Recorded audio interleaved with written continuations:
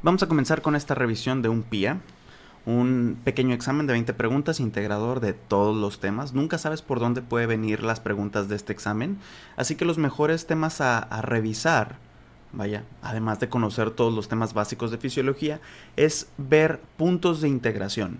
Puntos de integración como ha habido casos de este tipo como del ejercicio, que ocurre durante el ejercicio, que ocurre en alguna enfermedad sistémica generalizada, los casos endocrinos o en este caso estamos viendo algo bien especial y bien característico.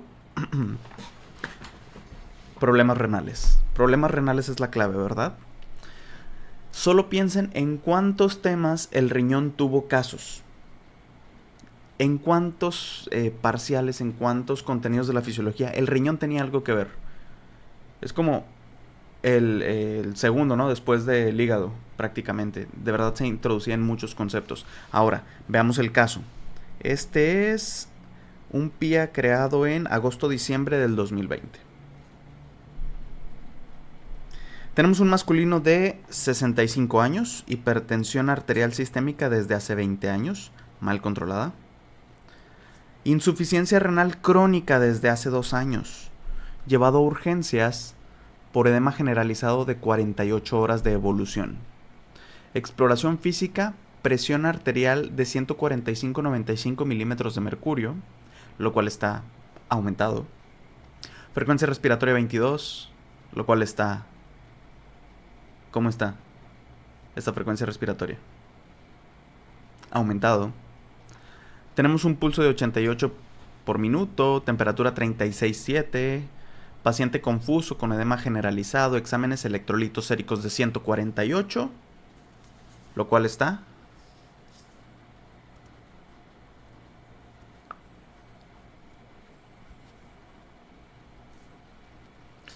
un poquito aumentado.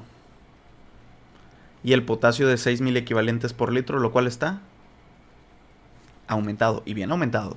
Muy bien, no es lo mismo haber leído estos casos integradores al inicio del semestre donde para ti no significaba nada, o donde vas viendo un parcial, ¿verdad?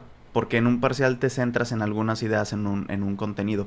Pero ahora que ya es más apegado a un caso real, tú ves un caso clínico y ves todo lo que se puede involucrar. Lo leo de nuevo con como lo que te debe hacer surgir el pensamiento. Masculino de 65 años con hipertensión arterial sistémica. Pienso en la poscarga, la resistencia, la provocan las arteriolas, pero ya es anciano.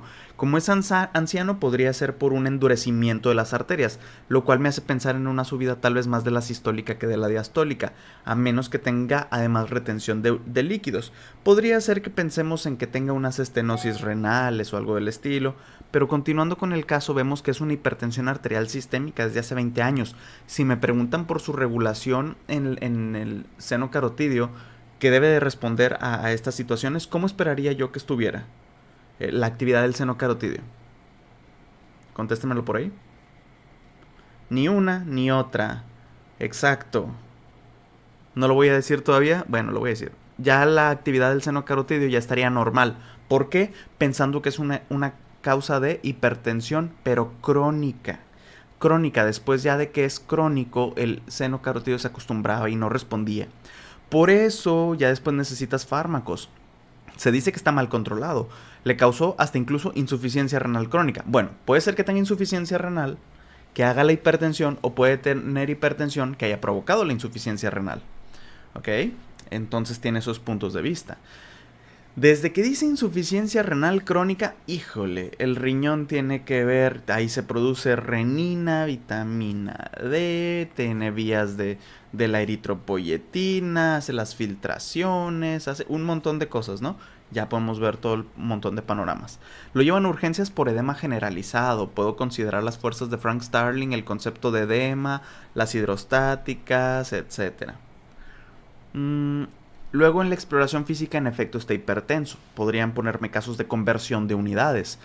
Presión de pulso, presión media, presión de todo. Me lo pueden poner en kilopascales, pascales, milímetros de agua, etc. La frecuencia respiratoria es de 22. Eso está elevado. ¿Está elevado? ¿Por qué estará elevado? ¿Estará teniendo una dificultad respiratoria? ¿Ustedes qué creen? Vayan comentándolo aquí. ¿Por qué está su frecuencia respiratoria elevada? ¿Tendrá una dificultad respiratoria? ¿Tendrá acaso un acidosis que intenta compensar? O tendrá una alcalosis por hiperventilar originalmente y te empiezas a meter con el tema de pH y la respiración. ¿Qué tendrá? ¿Por qué estará su frecuencia respiratoria elevada? ¿Ustedes qué creen?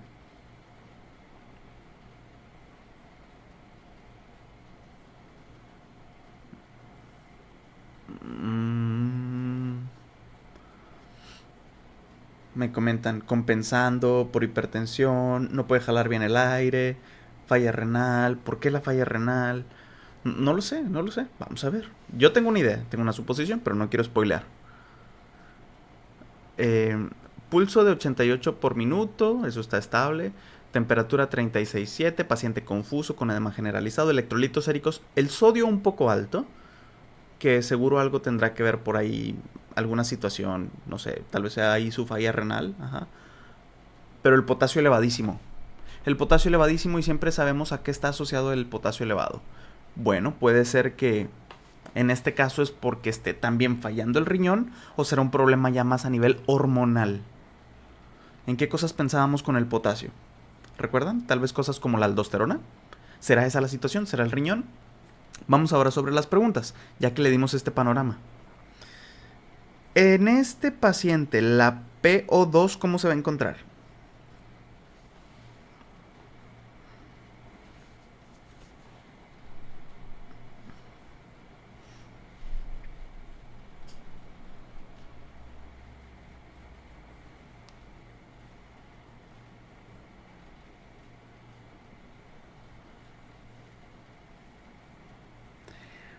Vaya, qué ambigüedad.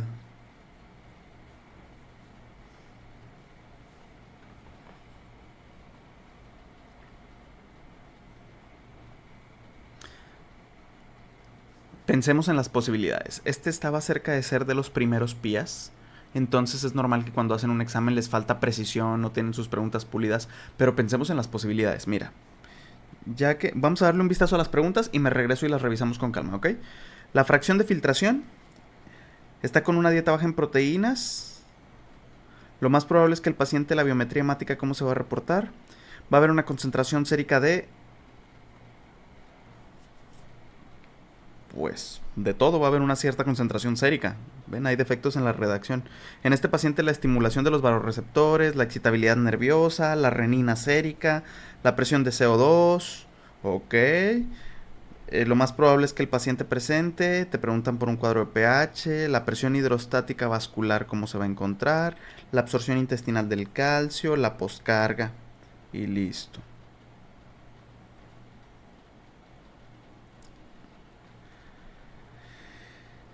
Se me ocurre que el paciente puede tener una dificultad respiratoria por que el edema generalizado dentro de esos edemas y esa hipertensión incluya un edema e hipertensión a nivel pulmonar y ese edema e hipertensión pulmonar haya generado un edema intersticial del pulmón. ¿Ok? Si ese fuera el caso, tendría un engrosamiento de la membrana alveolocapilar con una dificultad respiratoria al estilo aumento del espacio muerto. ¿Quién pensó en eso?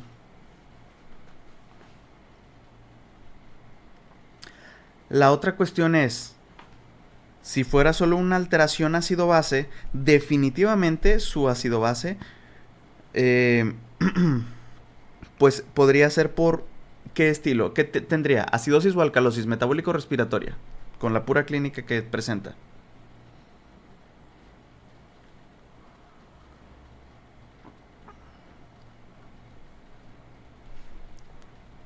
Si la causa de su alteración ácido-base fuera la acumulación del CO2, por esa causa que comentamos, sería una acidosis respiratoria, ¿verdad?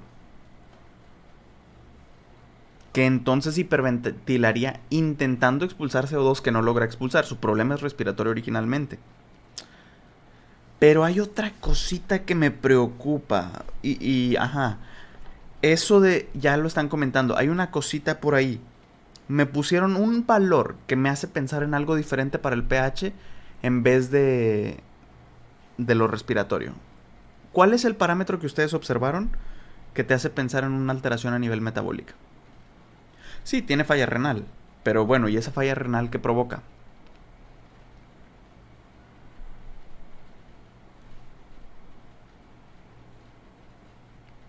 ¿Por qué sería insuficiencia? ¿Por qué sería acidosis metabólica? Ya vimos la causa por la que sería acidosis respiratoria. Ahora, ¿por qué sería acidosis metabólica?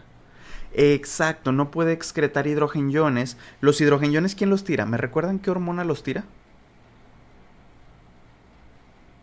¿Qué hormona tira hidrogeniones? Los tira la aldosterona. Pero ¿qué estamos observando aquí? Vemos que la aldosterona no está pudiendo funcionar. ¿Cómo lo sé? Debido a que ese potasio se encuentra elevado. Cuando el potasio está elevado es porque no estoy encontrando actividad de la aldosterona. Incluso me puedo preguntar, ¿cómo creen ustedes que estén los niveles de aldosterona? Porque hay veces que la aldosterona no funciona, porque, o sea, no puede hacer efecto, otras veces no está presente. En este caso, la aldosterona no está presente o no está funcionando en el riñón. ¿Cómo estará la aldosterona? La aldosterona no está, en este caso, claro que sí. ¿Cómo sabemos que la aldosterona no está? Por ausencia de riñón, el riñón no sirve, no hay renina, no hace angiotensina 1, no hace angiotensina 2, no hace aldosterona. Excelente. Como el caso directo es la falla renal y no tenemos renina, angiotensina, aldosterona, me voy a inclinar principalmente por una alteración de pH, acidosis metabólica. Porque sería una causa totalmente directa, no algo rebuscado, no algo supuesto. Como quiera, quería explorar el asunto del edema pulmonar, pero me hubieran dado en ese caso si yo me iba a ir con lo de la acidosis respiratoria por unos estertores crepitantes o algo ahí que diga, oye, tiene mucho líquido en los pulmones, pero en este caso no fue así. Es directamente un valor de elevado potasio, por lo cual la aldosterona no está funcionando, por lo cual tirar hidrogeniones no lo está haciendo. Así que consideramos de origen una acidosis metabólica. ¿Todos de acuerdo? ¿Coincidimos ya con esa discusión? Muy bien, muy bien. Ahora bien, por lo tanto, voy a quitar el problema respiratorio. No va a ser que estén ocurriendo ambas cosas. No me dice estertores crepitantes, no me dice que la hipertensión es generalizada, y no me dice todavía que haya falla cardíaca, ni síntomas de disnea.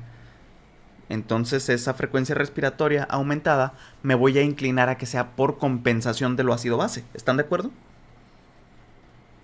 Para sacar CO2. En este caso, entonces, ante esta situación y así como lo analizamos, ¿cómo estará la presión de oxígeno en este paciente?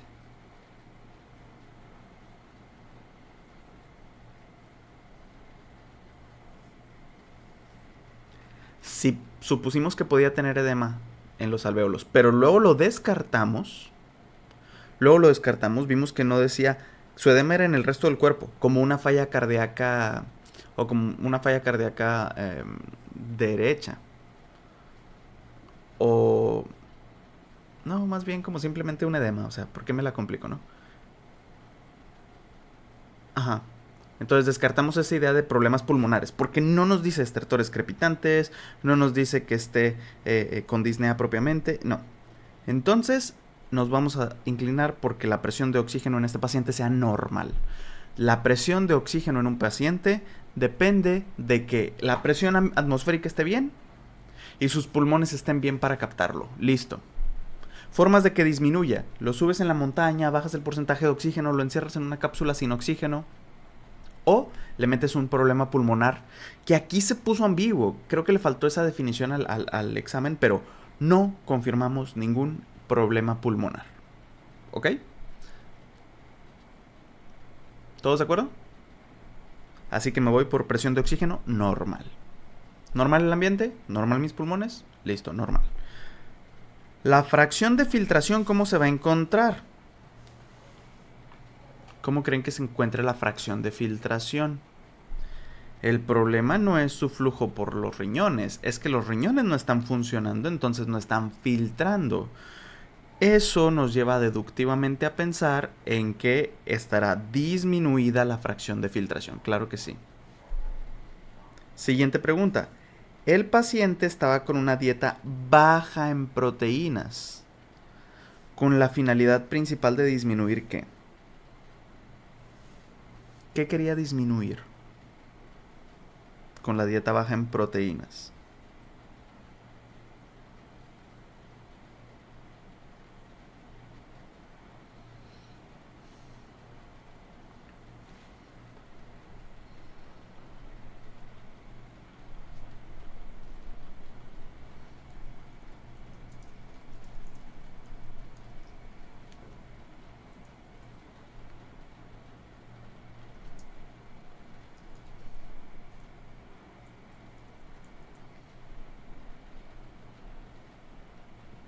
Ok.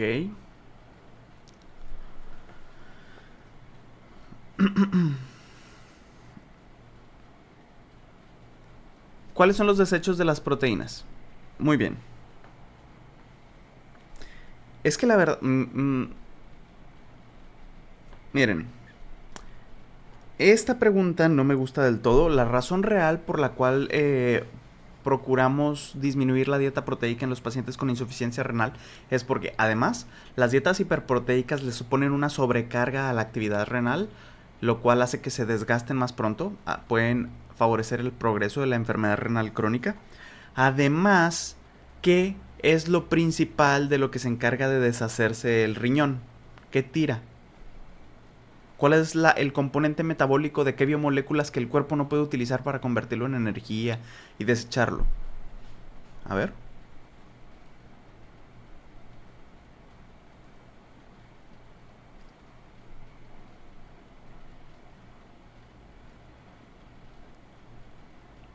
Los desechos nitrogenados, claro que sí.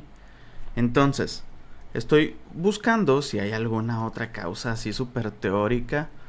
Los desechos nitrogenados como el BUN, el nitrógeno ureico de la sangre, que luego es el que debería de tirar el riñón, y si no se te va a acumular, te sube la urea, te sube los desechos nitrogenados. ¿Tiene sentido?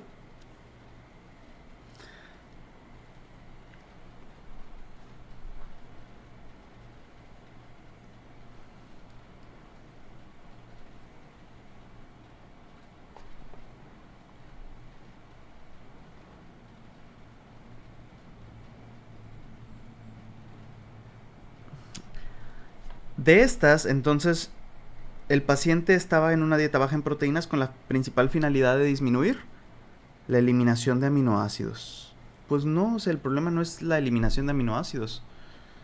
La producción de hidrogeniones, el edema y la proteinuria. ¿Sería una cosa tan tonta que pusieran que la proteinuria? Porque bueno, o sea, no es lo que tratas de disminuir disminuyendo la dieta en proteínas, pero hasta se me ocurre que podrían intentarlo. Yo me iría en este caso, yo por la opción B. Ajá. Yo me iría por la opción B porque dentro del metabolismo de los aminoácidos, muchos de ellos también pueden producir cuerpos cetónicos, un metabolismo con liberación de hidrogeniones. Ajá. Uno de los metabolitos aparte sería ahí los hidrogeniones. Puede ser. Pero definitivamente no es la principal razón. ¿Dudas? ¿Algo que hayan leído textualmente que quieran comentar? Ok, vámonos con la siguiente. Lo más probable es que en este paciente la biometría hemática se vaya a reportar de qué manera. Vamos a ver los siguientes tres preguntas. 4. Ahí está. Lo más probable es que en este paciente la biometría hemática se reporte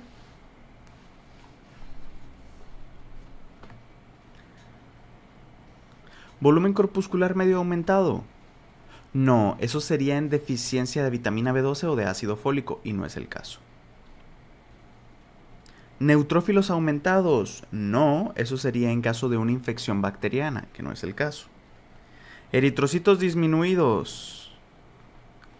Sí, esa es la respuesta. Bajos eritrocitos, baja hemoglobina, bajo hematocrito, debido a la ausencia de qué hormona. La renina. El riñón es el que produce la renina, que estimula la producción de eritrocitos, entonces como no hay riñón, no hay renina. Listo. ¿El hemoglobina corpuscular media aumentada? No, no es el caso. Eso sería para un aumento de la pigmentación de un eritrocito, y de hecho no vimos ningún caso de ese estilo. Ok. 5. En este paciente va a haber una concentración sérica de... Obviamente a esta pregunta le faltó una palabra, pero vamos a interpretarlo.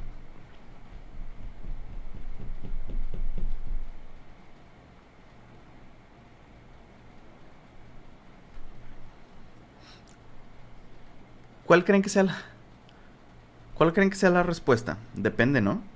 Tienes que interpretar las opciones. En este paciente va a haber una concentración sérica de... Falta la palabra aumentado, normal o disminuido. ¿Cuál creen que es la palabra ausente en este examen con error? Aumentada. Se antoja, ¿no? Nos gustaría pensar que va a haber una palabra que diga aumentada, es lo más lógico. En este paciente va a haber una concentración sérica aumentada de... ¿Y cuál es la respuesta?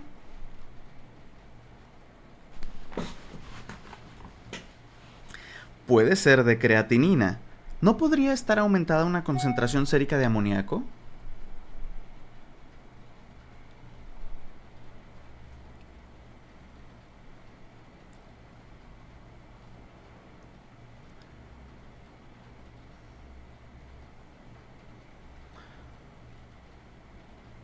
Creatinina nunca hay. Sí hay creatinina en el cuerpo. Los niveles normales de creatinina en el cuerpo suelen oscilar entre 0.5 y 1.5 miligramos por decilitro. Es lo normal. Entonces va a estar aumentada porque el riñón que la elimina y la depuración de creatinina mide la tasa de filtrado glomerular. ¿Cuánto se limpia de plasma de creatinina por minuto? Que es la tasa de filtrado glomerular normal. Ahora, si te preguntaran por aumentada, en un paciente con falla renal, en efecto te va a subir la creatinina. Quiero que me digas, y a niveles bien ridículamente altos, de verdad. Por eso siempre la forma simplista es irte a preguntar, ¿qué le mides al paciente para evaluar su función renal? La creatinina. Que la suelen dar antes de hacer exámenes de inyectar contrastes para estudios de imagen avanzados y así, para que vean si lo va a poder eliminar. Le mides la creatinina. Ok, ahora, por cierto, la creatinina es un producto de desecho de las proteínas también de la masa muscular.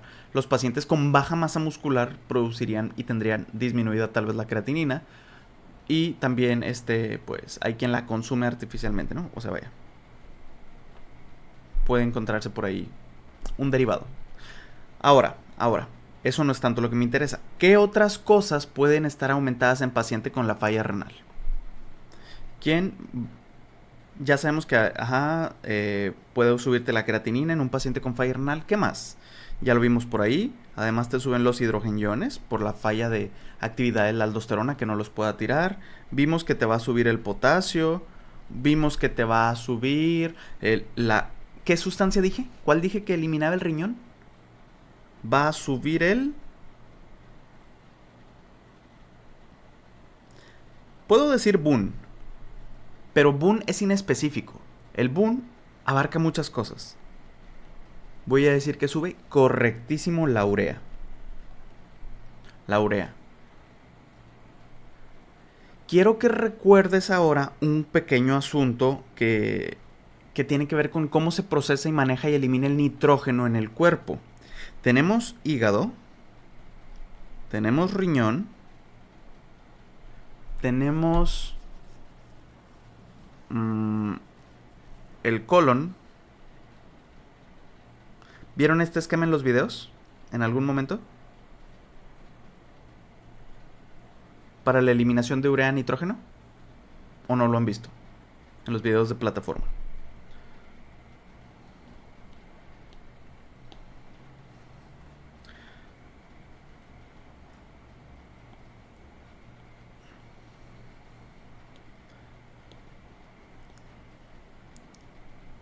Del metabolismo de las proteínas se libera un grupo amino.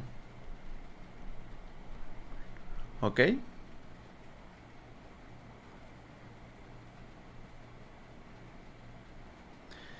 El hígado convierte este amino en urea.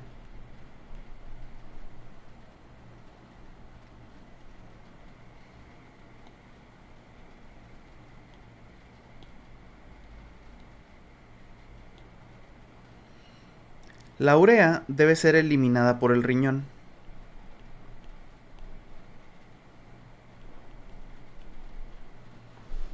¿Tiene sentido hasta ahí? ¿Sí? Los humanos no podemos procesar el grupo amino y lo eliminamos en forma de urea. Hay otros organismos, incluyendo las bacterias, algunas bacterias que sí pueden sacar energía de la urea, del grupo amino, incluyendo las bacterias que se encuentran en nuestro colon. Toman la urea y como producto de desecho fabrican una cosa llamada amoníaco.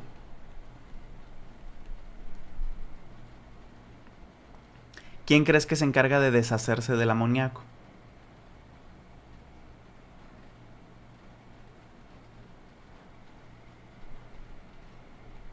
El hígado. Y lo vuelve a convertir en urea.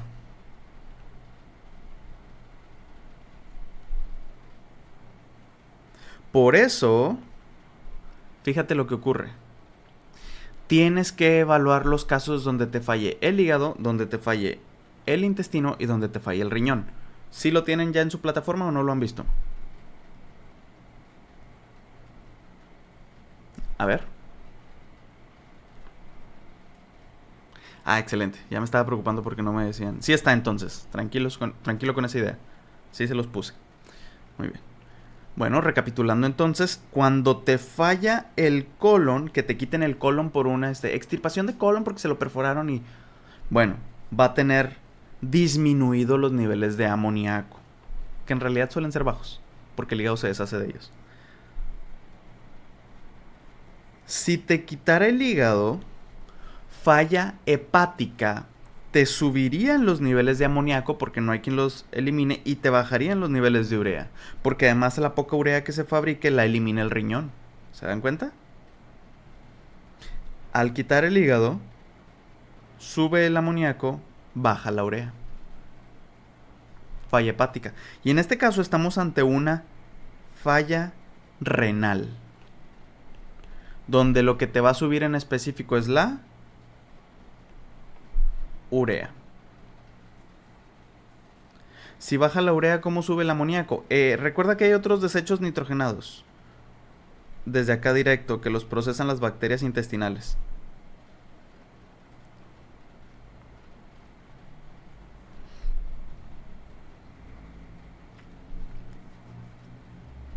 Ahora, la idea esencial es, si en este caso que estamos viendo falla renal, te sube la urea en específico. Por eso la puse aquí. Es otra respuesta que hubiera sido correcto poner aumentado.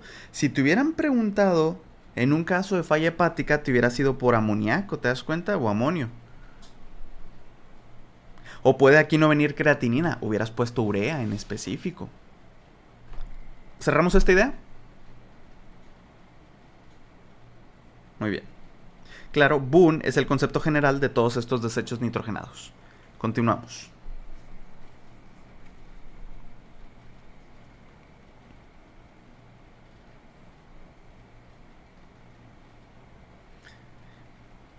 En este paciente, ya. La estimulación de los barorreceptores, ¿cómo se va a encontrar? ¿Recuerdas que estaba hipertenso? Hipertenso 145-95. Entonces se te haría supernatural contestar aumentado.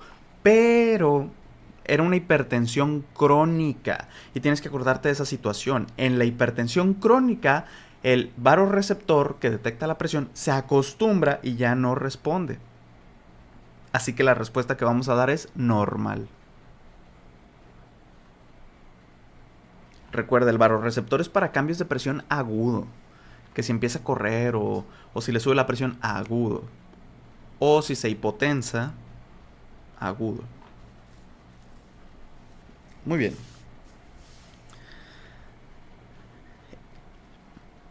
La excitabilidad nerviosa, ¿cómo se va a encontrar? ¿Qué datos quieren ir a ver? De los que estaban arriba, ¿qué datos crees que sean útiles? Exacto, el potasio. El potasio es el importante. Y en este caso, el potasio estaba elevado. ¿Qué pasaba con la excitabilidad nerviosa cuando el potasio subía? Primer parcial. Potasio elevado.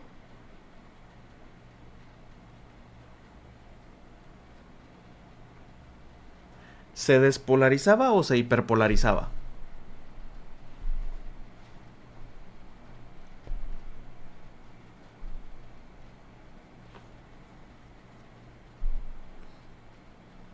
¿Lo están confundiendo con calcio o lo están pensando correctamente?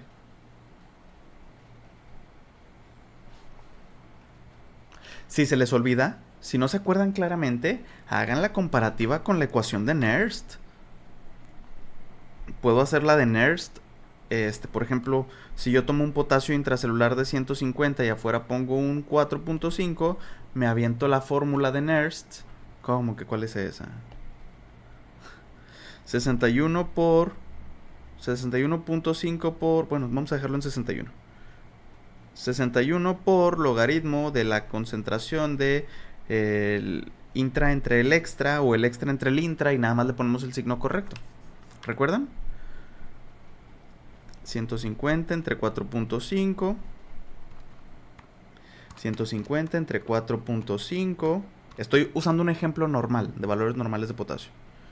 Sale un valor al cual le saco el logaritmo y eso lo multiplico por 61, me da 92.8, lo cual está dentro del rango. Y esto, recuerda, el potasio, como estoy hablando de potasio, siempre tiene una carga negativa, porque el potasio tiende a salir con sus cargas positivas, dejando a la célula negativa. Listo. ¿Qué valor puse en vez?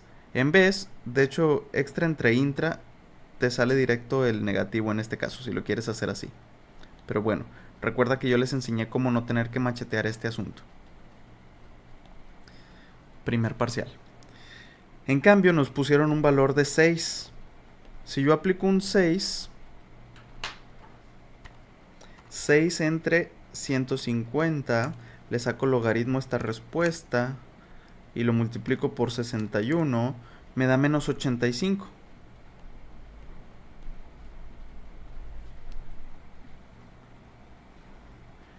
Así tal cual, te pregunto, ¿cómo está la excitabilidad? ¿Aumentada, normal o disminuye? Aquí. Es más, es que quiero que te acuerdes de un chorro de cosas.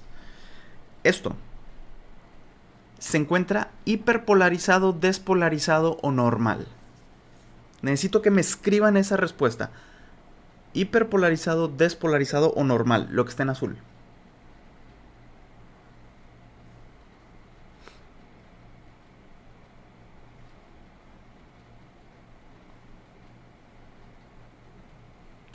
Muy bien. Estaría despolarizando porque no lo vas a ir a comparar con el menos 70. ¿Recuerdan que había un punto de confusión? Con el menos 70 de la fibra nerviosa. No, lo vas a comparar con el potencial de equilibrio normal del potasio. Ahora, pensándolo razonablemente, como ya nos comentó por ahí Marco, muy bien, y como lo puso también José, si yo subo el potasio, por ejemplo, a 6, la tendencia de salida, como ya no hay tanta diferencia, el gradiente, ¿qué le pasó al gradiente? Si yo lo subo donde hay poquito. Sí, Nancy, tenías razón, es correcto. Tú lo contestaste bien desde el inicio. Si, si está más aumentado el potasio donde era poquito, la tendencia a salir es menor. Porque el gradiente, contéstenme bien esa pregunta, ¿les gusta preguntar por gradiente en los finales? El gradiente está disminuido. Gradiente, sinónimo de diferencia. El gradiente está disminuido, la tendencia a salir es menor, entonces se queda adentro el potasio positivo, dejando a la célula más positiva, es decir, despolarizándola, acercándolo al umbral, haciéndola más excitable.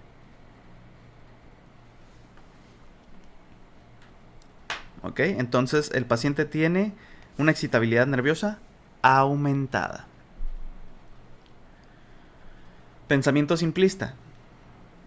La excitabilidad de una célula es directamente proporcional a los niveles extracelulares de potasio, inversamente proporcional a los niveles extracelulares de calcio.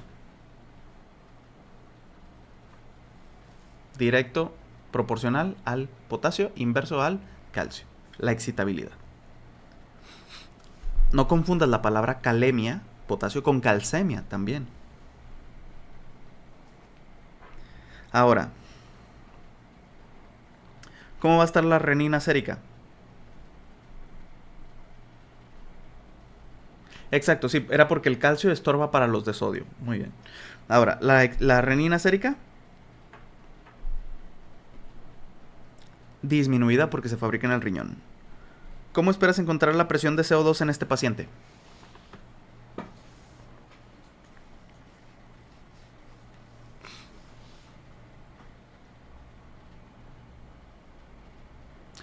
la presión de CO2 va a estar disminuida. Porque sí estaba hiperventilando, y esa hiperventilación no era porque tuviera problema en el pulmón, que en ese caso estaría aumentado el CO2. Estaba hiperventilando porque intentaba compensar la acidosis metabólica, y la forma de compensar la acidosis metabólica es hacer una alcalosis respiratoria compensatoria, compensando muy bien CO2 disminuido. Y nuestras últimas 4 preguntas de este paciente. Lo más probable es que el paciente presente, ¿cuál de las siguientes? Facilito, ya dijimos, una acidosis metabólica por la falla de actividad de la aldosterona, no tira potasio, lo vimos por el potasio elevado, y eso también dice que lo hace con los hidrogeniones. Recordemos que el alto aldosterona, un hiperaldosteronismo, provocaría alcalosis metabólica. ¿Cómo crees que esté la presión hidrostática vascular? Si quieres me regreso. ¿Qué dato necesitas observar? ¿Qué dato necesitas observar? ¿Qué es la presión? No veas la consecuencia del edema. No pienses en el edema. Esa es la consecuencia. Y yo te expliqué en un video que como chingo, fuerzas de Frank Starling, todas las formas posibles de provocar el edema o resolverlo. ¿Qué tiene este paciente?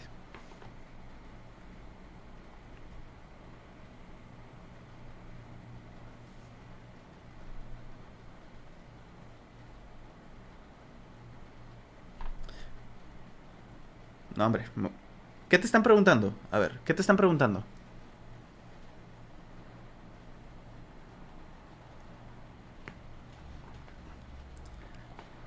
La presión hidrostática vascular. ¿Es o no es esa una de las fuerzas de Frank Starling? Sí. Es la presión hidrostática. Muy bien. Ok. ¿Tienes razón, José Ángel? En la insuficiencia renal crónica, yo te había contado dentro del tema incluso que puede ser por una retención de líquido con aumento de la presión hidrostática capilar, o también una disminución de la presión oncótica. Pero no te están preguntando por esa disminución de la presión oncótica, lo cual además, si eso fuera lo que te estuvieran preguntando, habrían hecho énfasis en que el paciente tiene una proteinuria. Si te hablaran de una proteinuria, pensarías en que te disminuyeron las proteínas, las perdió por orina, pero nadie hizo énfasis en la proteinuria. No es como un síndrome nefrótico, es más como un taponamiento ahí del riñón, ¿no? Así como que cicatrizado. De manera que está acumulando la proteína. O sea, la proteína está normal, digamos. El detalle es que la presión hidrostática. ¿Cuál es la presión hidrostática? ¿Qué dato tengo que ir a ver del paciente? Díganme para regresarme a verlo. ¿Qué dato tengo que ir a verle? La tensión arterial, claro que sí, David. La tensión arterial, y el paciente estaba hipertenso, bien hipertenso. Todo paciente hipertenso tiene un aumento de la presión hidrostática capilar, y en este caso es la causa de su edema. Aumento de la presión hidrostática capilar.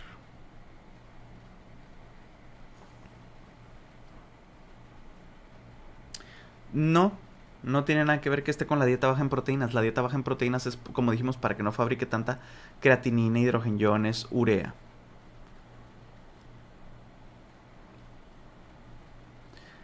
Cuando hablamos de que tengas baja oncótica, ¿va a ser porque estés en desnutrición o porque estés en proteinuria? Así va, para que ya tengas baja la oncótica capilar.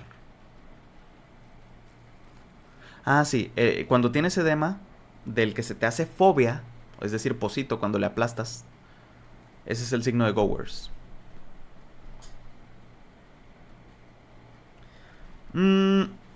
¿Cómo estará la presión hidrostática vascular? Entonces, ¿en qué nos quedamos? Aumentada, muy bien. Todo paciente hipertenso tiene eso. Todo paciente hipotenso la tendría disminuida. La absorción intestinal del calcio, quiero hacer énfasis en una situación. Paciente con hipertensión, pero por una estenosis de la arteria renal, ¿cómo va a estar la presión hidrostática en el riñón?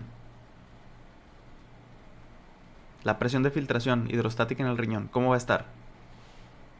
Disminuida. Pero en el resto del cuerpo, ¿la presión hidrostática va a estar?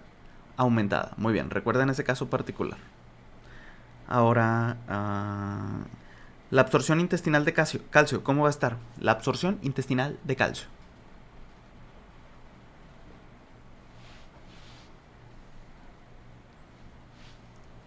Ah, ¿verdad? Sacado de onda. Y eso que ya spoileé.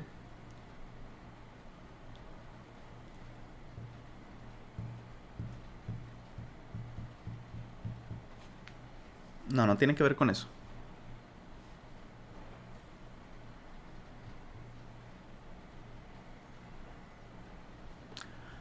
O sea, a ver, los que están contestando normal, recuerden que la respuesta normal es para cuando...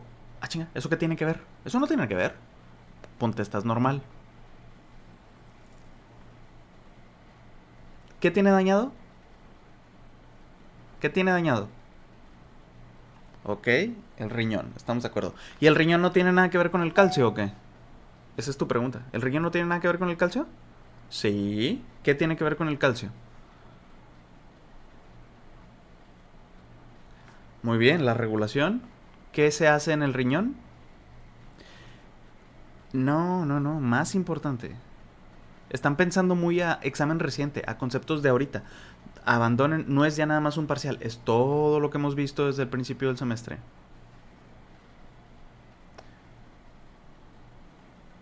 Más importante aún, más directo. Bueno, se los voy a decir. En el riñón se encuentra la enzima 1-alfa hidroxilasa que se encarga de convertir la 25 hidroxicolecalciferol en 1,25 dihidroxicolecalciferol, su forma activa de la vitamina D, la cual es la hormona encargada y responsable de determinar si se absorbe o no se absorbe el calcio a nivel intestinal. Por eso hasta Danonino, ¿no? Ya dije marca. Bueno, viene adicionado con vitamina D, que todas las leches también adicionadas con vitamina D. ¿Para qué? Para que aumente tu absorción intestinal. ¿Queda claro? Donde se activa y funciona la vitamina D gracias al último pasito de activación en el riñón. Si no hay riñón, es una deficiencia de vitamina D. Lo estudiamos dentro de los conceptos de calcio. ¿Sí o no? En las enfermedades de calcio hablábamos de esa. ¿Recuerdan la tabla de enfermedades del calcio? Ok, incluía la insuficiencia renal. Aquí está. La absorción intestinal de calcio se encuentra disminuida. Seguramente también los niveles séricos.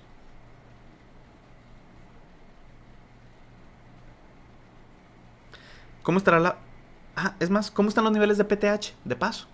¿Cómo están los niveles de PTH?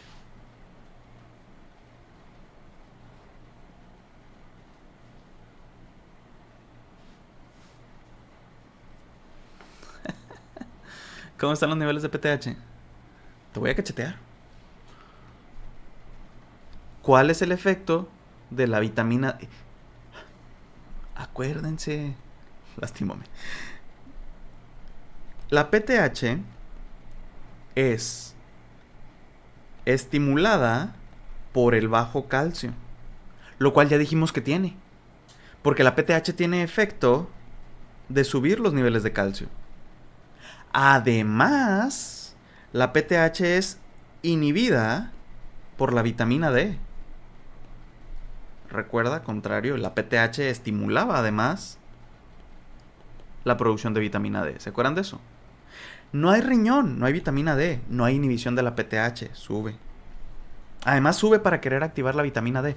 No hay calcio porque no hay absorción. Por no haber vitamina D no hay absorción de calcio. Y no hay calcio en plasma. Entonces otra razón por la que sube. La PTH está elevada. Aún así no va a subir los niveles de calcio porque no hay vitamina D que lo absorba intestinalmente. Repasen la tabla de enfermedades renales. Tabla de enfermedades del calcio. Muy importante. Vean ese video. Bueno. Ahí. Ahí está.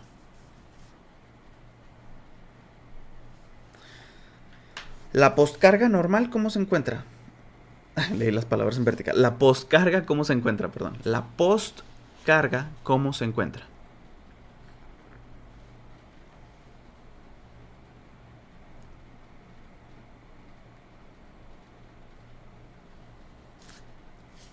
Tú tienes que pensar, ¿qué te dije que era poscarga? ¿Qué es poscarga? Te vas y te fijas en la que tiene que vencer, y en un paciente así en general, ¿cuál es la fuerza que tiene que vencer para echar sangre? ¿Cuál es? ¿Cuál es? La perfectamente bien, la presión diastólica en específico. Si tuviera una presión de 280, o sea, 200 sobre 80, ¿cómo estaría la poscarga?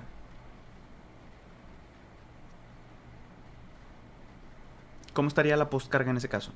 En ese caso estaría normal, porque la diastólica está normal. Pero este paciente traía 145/95, ¿cierto? En general, la diastólica está elevada, por lo tanto la postcarga está elevada. Listo, así es fácil. Me regreso a ver el paciente para confirmar su presión. Sí, 145/95 y listo. Hemos terminado con este primer caso del pie.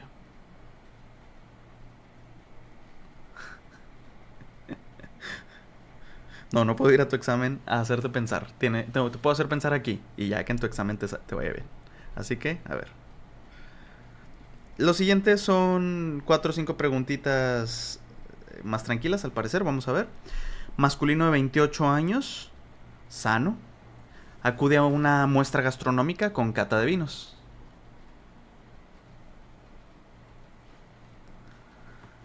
Acude a una cata de vinos. Sí, lo pensé. La diarrea que va a presentar es hora. La diarrea, ¿de qué tipo va a ser? Calmado, ¿a qué hora? Vamos llegando, ya le dio diarrea.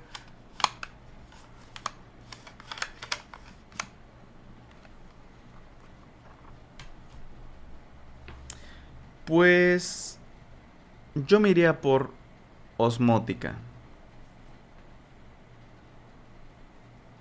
Ujú.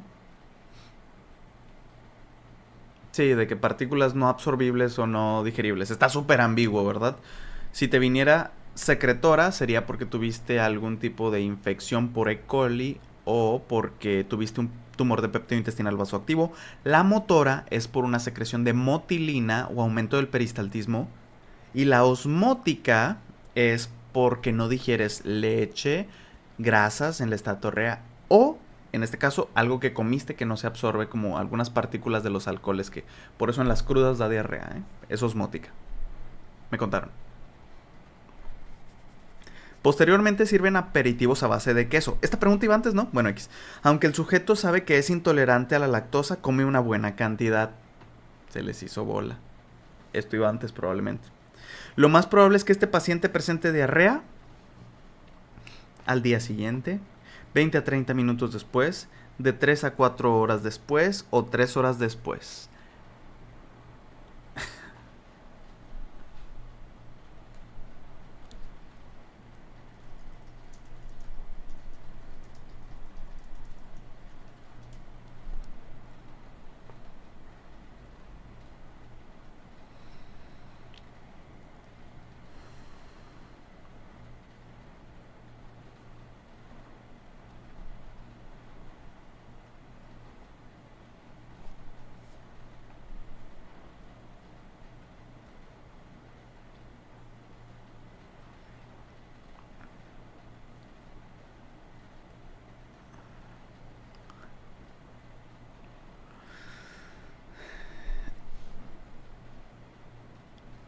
No, no, no, no, no, no, no, no. O sea, a lo mejor cuando te lo tomas, algo a lo que eres intolerante, empiezas de volada a lo mejor con inflamación, dolores, cólicos y cosas así, pero no te da diarrea en ese instante. Sí, empieza la intolerancia, porque pasó al intestino delgado. La pregunta que te están haciendo es ¿en qué momento llega al intestino grueso?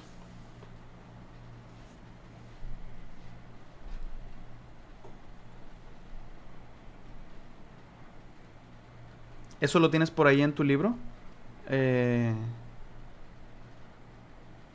la verdad, no estoy... Estoy entre 3 a 4 horas. Está bien incómodo que diga... O sea, la verdad, esta pregunta está horrible.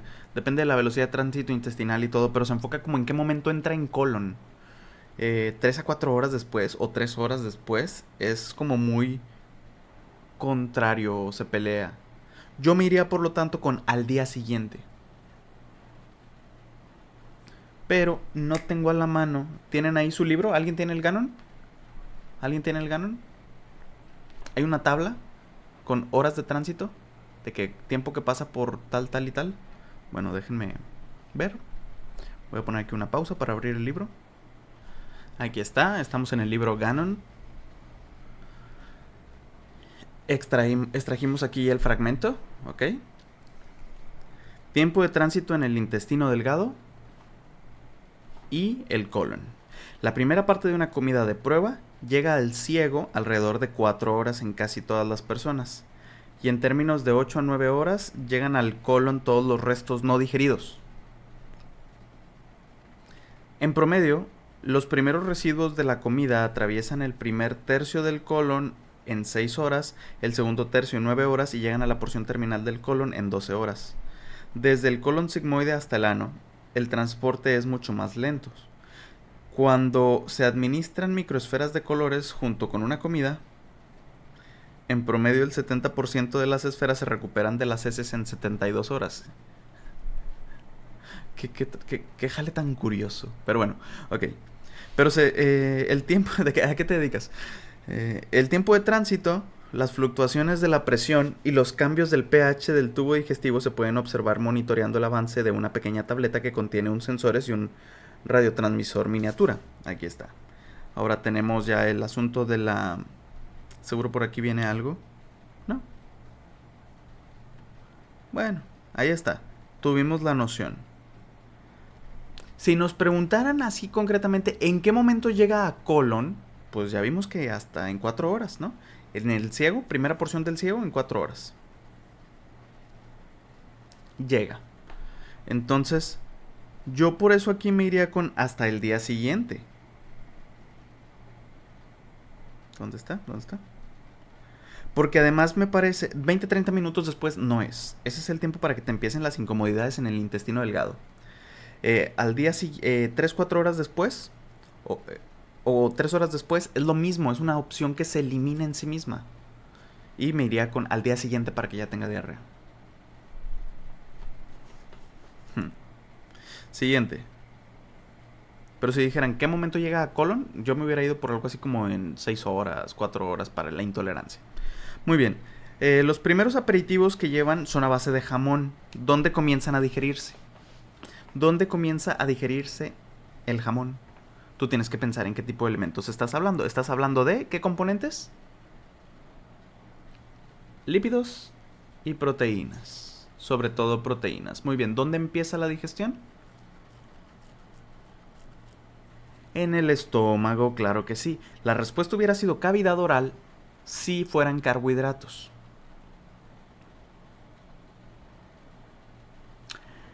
No te vayas con la finta. Ay, pero la masticación es parte de la digestión. No, te están hablando de la digestión química, donde empiezan a actuar las enzimas. Y recuerda, aunque existe la lipasa lingual no actúa hasta que llega un pH ácido en el estómago. La que sí funciona es la amilasa salival. Por eso carbohidratos en boca, proteínas y grasas empiezan en el estómago. El siguiente paso es probar el vino. El sommelier les pide que además de el sabor, sientan la textura del líquido. ¿Para eso qué estimulan? ¿Qué estimulan? Si te preguntaran por un nervio, ¿qué tipo de nervio buscarías? ¿Qué nervio?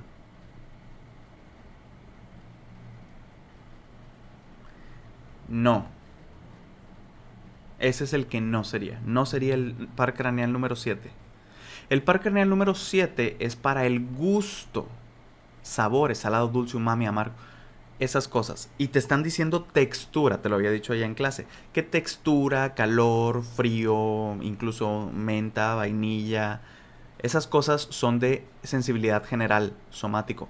Estás pensando más en el trigémino. Claro, si estamos hablando de los 2 tercios anteriores de la lengua. Porque el tercio posterior es del glosofaringio y la garganta es del vago, todo. Pero bueno. Ahora, la textura, que es una sensibilidad normal, pues vamos a ver qué estimula. Vamos a darle de abajo para arriba. ¿Botones gustativos? No, botones gustativos no. Porque los botones gustativos son del gusto, salado, dulce, ¿ok? Siguiente. ¿Terminaciones nerviosas libres? Terminaciones nerviosas libres. ¿De qué son receptor las terminaciones nerviosas libres? Son del dolor. Son del dolor. Y te lo dije muy claramente. Terminaciones nerviosas libres son la anatomía de los receptores para el dolor. Que además son quimiorreceptores, ¿verdad? Pero del dolor, como cosas como las bradicininas o niveles de potasio por la ruptura de una célula. ¿Ok? Terminaciones nerviosas libres son del dolor. ¿Es dolor lo que está percibiendo? ¿Es dolor? Eso hubiera sido en caso de que algo fuera picante, tal vez. Ok. Siguiente hacia arriba. Papilas circunvaladas. Estudiaste histología. ¿Las papilas circunvaladas formaban parte de las que tenían botones gustativos o de las que no tenían botones gustativos? De las que sí tenían. Las fungiformes, las circunvaladas y hasta cierta edad las foliadas son las papilas que sí tienen botones gustativos. Paso para arriba. Las foliadas pierden los botones gustativos en alguna edad y son más mecánicas, tal vez. La verdad es que no me gusta mucho esta pregunta, porque en algún punto tienen botones gustativos. Entonces, las papilas foliadas son más como... tal vez se confundieron y querían ponerlas filiformes. Yo he visto esta pregunta pulida en otras ocasiones o en otro tipo de examen. Serían las filiformes, tal vez las que pensarías para que sean puramente mecánicas. ¿Ok? Recuerda, analizar y encontrar los errores en una pregunta de examen es parte del proceso. Entonces yo pondría... Creo que podría poner las foliadas porque no tienen siempre las papilas gustativas. O las terminaciones nerviosas libres. Las otras dos definitivamente no. Yo me iría más por papilas filiformes, que no está entre las opciones.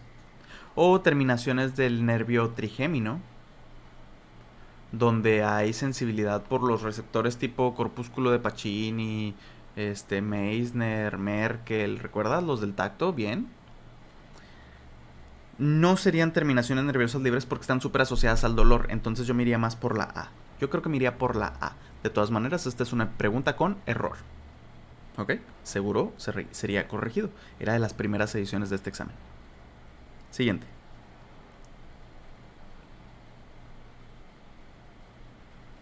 Últimas 3 preguntas. En la cata del primer vino, el sommelier les dice que antes de probarlo lo huelan. ¿Con esto qué estimulas? Claro que sí. Olfato igual a quimiorreceptores. Todos bien. Mecanorreceptores son de movimiento, como todo lo táctil. Nociceptores es... ¿Qué es nociceptor? ¿Qué es nociceptor? Otra forma de decir dolor. Nociceptor, terminación nerviosa libre o la última respuesta correcta para un receptor del dolor es decirle quimiorreceptor, que también lo es. Pero empiezas por nociceptor y luego terminación nerviosa libre. ¿Ok? Muy bien. Mientras está catando... Oh, ¿qué pasa si te quemas? Si te quemas, ¿cuál sería la opción? A, B, C o D. Si te quemas. Así que, estaba muy caliente un café. Correcto. No es el de temperatura. Es el de dolor. Cuando las temperaturas son extremas ya es dolor. Mientras está catando el vino, les llevan aperitivos para degustar. Al verlos, empieza a salivar. Eso es por estimulación de las glándulas salivales gracias a receptores de qué tipo. Sistema parasimpático vía la acetilcolina en receptores muscarínicos, no receptores nicotínicos, para que sea el parasimpático. Muy bien, la opción es A. Y posterior, le piden que vea el color del vino. Al hacerlo, el estímulo para los receptores son ondas electromagnéticas con qué longitud de onda.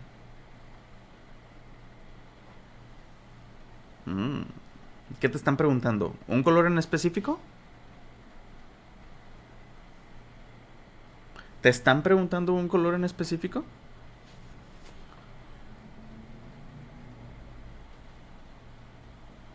No, no. Entonces te están preguntando en general. El espectro de la luz visible. ¿Cuál es el espectro de la luz visible?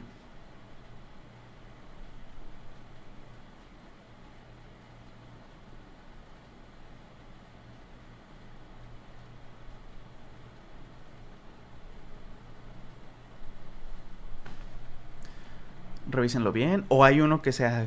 ¿Cuál es el espectro de la luz color vino? Pues no.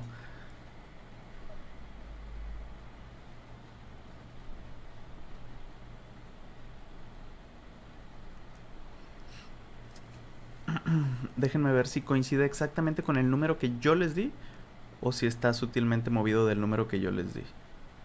¿Qué vimos antes? ¿Oído o vista? Vista.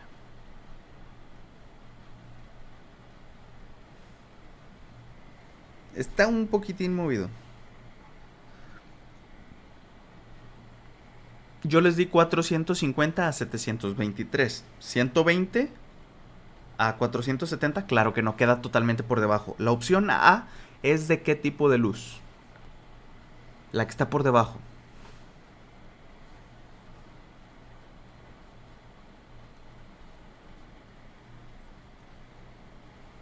Es ultravioleta. Muy bien. Es ultravioleta. La A. Opción B también está dentro del espectro ultravioleta.